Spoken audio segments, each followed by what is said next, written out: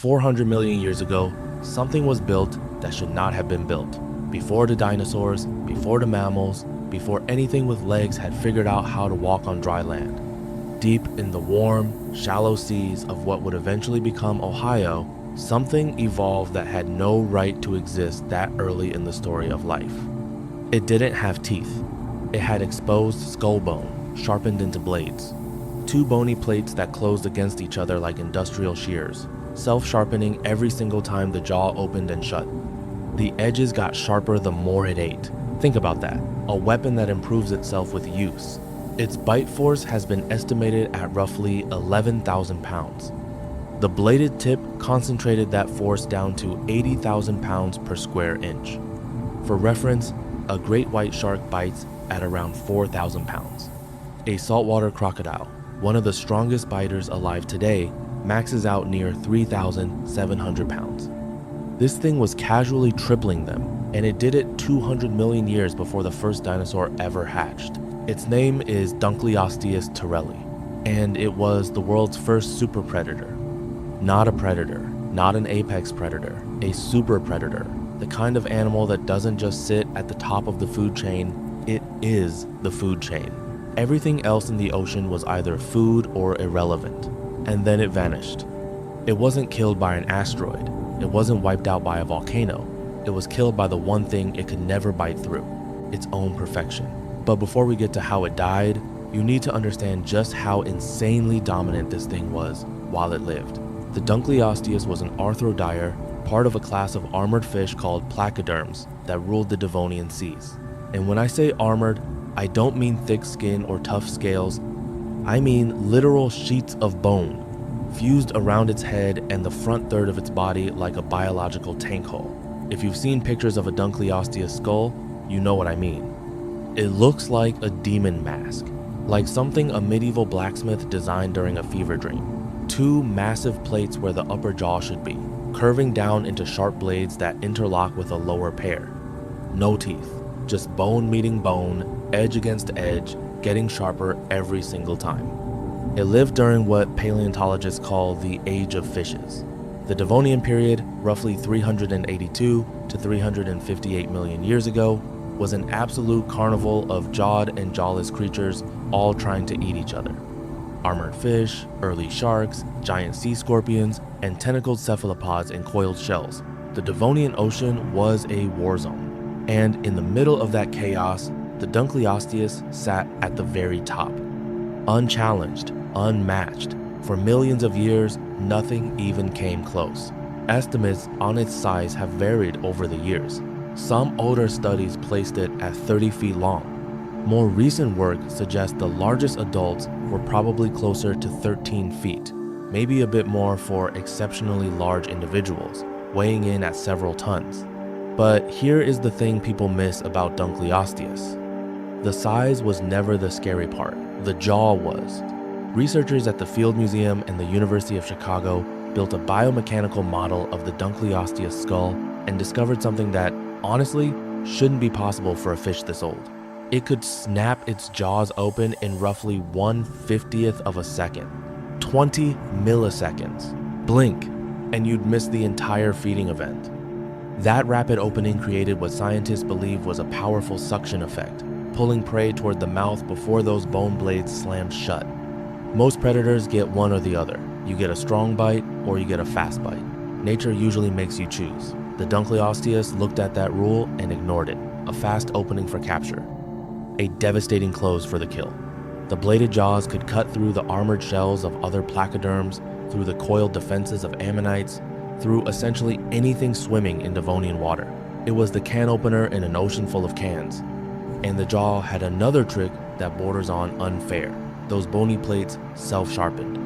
Every time the Dunkleosteus opened and closed its mouth, the upper and lower blades scraped against each other, honing the edges like a butcher running a knife against a steel. The more it ate, the sharper it got. Most predators wear their weapons down with use. The Dunkleosteus improved. And it was efficient about it too. Fossils of Dunkleosteus have been found with what scientists call boluses, compacted masses of fish bones and partially digested remains. It was eating other fish, crushing them, and regurgitating the parts it couldn't digest like a 4-ton owl pellet. Here is where the story gets uncomfortable. Puncture marks have been found on Dunkleosteus armor, deep ones, inches into solid bone plating, and the marks match the jaw structure of only one animal, another Dunkleosteus. They were eating each other. When you are so dominant that nothing else in the ocean can challenge you, eventually, the only thing left to fight is yourself. That is a level of predatory success that borders on a design flaw, and it was. Because the Dunkleosteus had a secret problem, one that no amount of armor or jaw strength could fix. It was perfect, and in evolution, perfection is a death sentence. To understand why Dunkleosteus was doomed, you need to understand the world it was built for. The Devonian Ocean was not like the ocean today. It was an arms race. Nearly everything had some form of external protection. Trilobites had exoskeletons. Early cephalopods had shells. Other placoderms, the Dunkleosteus' own relatives, were covered head to tail in bony plates. Even the seafloor was crawling with armored invertebrates that treated their shells like little fortresses.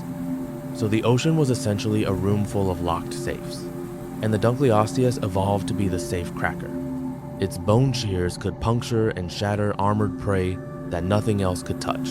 That was its entire evolutionary strategy. Be the one thing that can open everything. While other predators bounced harmlessly off armored shells, the Dunkleosteus bit straight through them. It was the skeleton key of the Devonian Ocean, and for roughly 20 million years, it worked flawlessly. There was no counter strategy, no defense that mattered. If the Dunkleosteus wanted you, armor or no armor, you were food. But here is what nobody ever talks about when they celebrate the apex predator. Running the body of a Dunkleosteus was expensive, absurdly expensive. Think of it like this.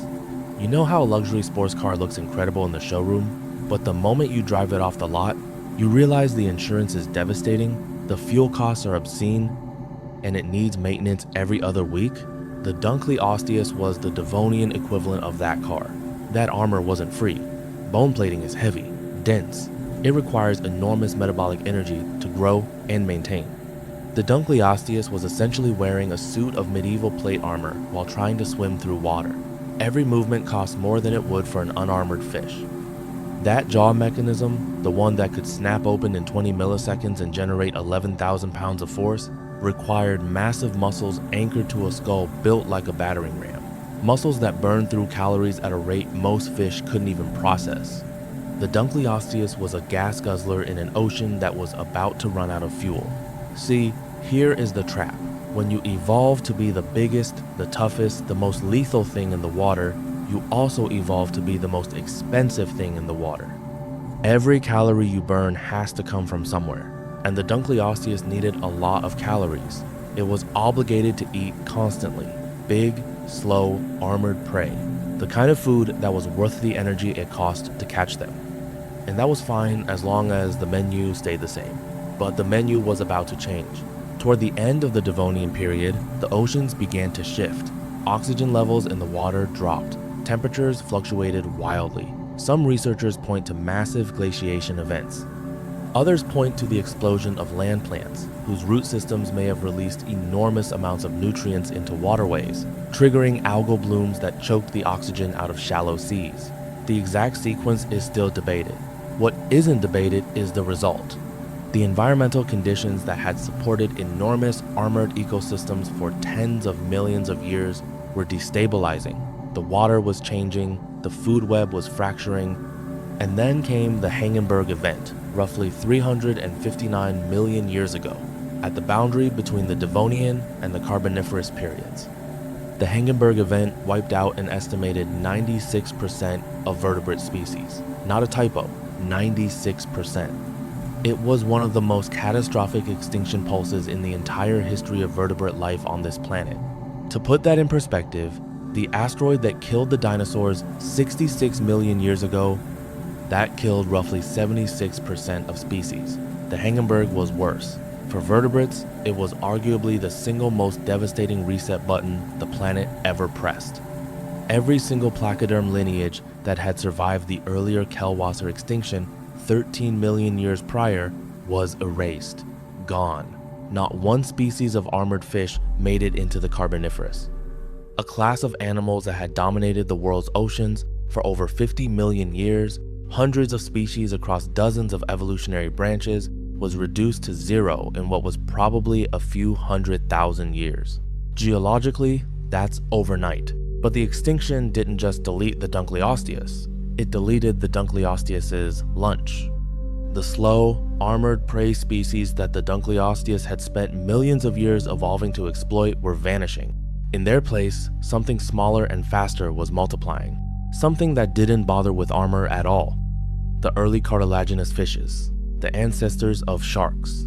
And this is where the story gets interesting, because the thing that replaced the most powerful predator the ocean had ever seen was not bigger, it was not stronger, it was not smarter, it was just cheaper. Let me introduce you to Cladoselache. If Dunkleosteus were a main battle tank, Cladoselache was a bicycle. It was about 6 feet long. It had no armor, no bone plating. Its skin was almost completely naked, lacking even the tooth-like scales that most sharks would eventually evolve. Its teeth were tiny, multi-cusped things designed for grabbing small fish, not crushing shells. On paper, Cladoselache had no business surviving a world dominated by the Dunkleosteus. It was soft, it was vulnerable. If a Dunkleosteus caught one, the fight would be over before it started. Fossilized Cladoselache specimens have even been found inside larger predator remains. They were prey. They were having lunch. By every Devonian standard of dominance, Cladoselache was weak. But weakness, it turns out, is a matter of context. Cladoselache had one thing the Dunkleosteus didn't. It was cheap to run. No heavy armor to maintain, no skull built like a hydraulic press, no massive jaw muscles demanding a constant supply of high-calorie prey. Cladoselache was a stripped-down, lightweight, fuel-efficient machine. It had a deeply forked tail and lateral keels along its body, a design strikingly similar to modern mako sharks built for one thing: speed. Fossils have been found with smaller fish preserved inside them, swallowed whole, tail first. That tells you Cladoselache was chasing prey down from behind, fast enough to catch them, efficient enough that the chase was worth the energy. When the Devonian oceans collapsed, and the heavy, armored prey disappeared, the math changed overnight. The ocean wasn't full of locked safes anymore. It was full of fast, small, unarmored fish. A buffet for anything quick enough to catch them. A nightmare for anything too slow to try. Dunkleosteus was built to crush, not to chase. It was a safecracker in a world where all the safes had been replaced by rabbits. This is the specialization trap, and it is everywhere in the history of life, not just in the ocean. The biological equivalent of betting your entire fortune on a single stock and then watching the market collapse. The Dunkleosteus was so perfectly adapted to its specific ecological niche, crushing armored prey in a slow, well-oxygenated, armor-dominated ocean, that when those conditions changed, it had absolutely nothing to fall back on. No plan B, no pivot, just a body built for a world that no longer existed, trying to function in a world that had no use for it. Cladoselache didn't need a fallback plan. It never committed to one strategy in the first place. It was generalized, adaptable, unspecialized in the best possible way. It could eat whatever was available, because catching small fish doesn't require 11,000 pounds of bite force. It requires speed, a mouth, and the willingness to eat whatever you can find. In a collapsing ecosystem, the generalist is king. Not because it's impressive, because it doesn't need to be. After the Hangenberg event, the paleontological record tells a fascinating and slightly haunting story. Before the extinction, the Devonian seas were dominated by large, diverse, heavily armored fishes. After the extinction, the survivors were dramatically smaller. Paleontologists call this the Lilliput effect, a pattern where mass extinctions tend to favor miniaturization. The giants vanish, the small things inherit the wreckage. And this pattern shows up everywhere in the history of life. The dinosaurs were replaced not by bigger dinosaurs, but by small mammals. The giant insects of the Carboniferous gave way to smaller, more adaptable forms. Over and over again, the same lesson. The titans fall, the runts survive. The cartilaginous fishes, sharks, and their relatives had been minor players throughout the entire Devonian. Background characters, bit parts, extras in a movie starring the placoderms. But in the Carboniferous period that followed, they exploded. Without the armored placoderms occupying every major predatory niche, sharks diversified into an extraordinary range of forms. Strange ones, beautiful ones, terrifying ones. The golden age of sharks had begun, kicked off not because sharks were inherently superior, but because the dominant regime had been erased and the survivors were the ones who cost the least to keep alive. Evolution doesn't care about strength. It doesn't reward the most lethal, the most armored, the most impressive. It rewards whatever works under the current conditions. And when the conditions change, the creature that can afford to survive on less will always outlast the creature that needs the most. The Dunkleosteus needed a very specific world to exist. When that world ended, so did it. Here is the final thing worth sitting with. We have found Dunkleosteus skulls with bite marks from other Dunkleosteus. We have found their regurgitated bone piles. We have modeled their jaw mechanics in enough detail to know exactly how fast they could strike and exactly how hard they could bite. We know this animal intimately. We have held the pieces of its skull in our hands. We have measured the depth of the scars it left on its own kind, and it still wasn't enough. All that power, all that armor, all that terrifying, bone-crushing, self-sharpening, ocean-dominating perfection. Gone. Completely, irreversibly gone.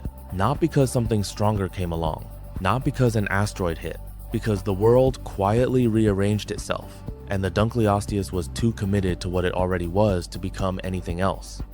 It was the most powerful thing in the water, and the water stopped caring about power. The armor didn't protect it. In the end, the armor became its coffin. There is something almost tragic about it, if you think about it long enough. An animal that spent millions of years perfecting itself into the most devastating predator the ocean had ever produced, only to discover that perfection has an expiration date. That the very qualities that made it invincible were the same ones that made it brittle. Nature doesn't remember the strongest. It remembers the ones that are still here. The creatures that inhabited the ocean weren't the toughest. They were the ones that didn't need to be.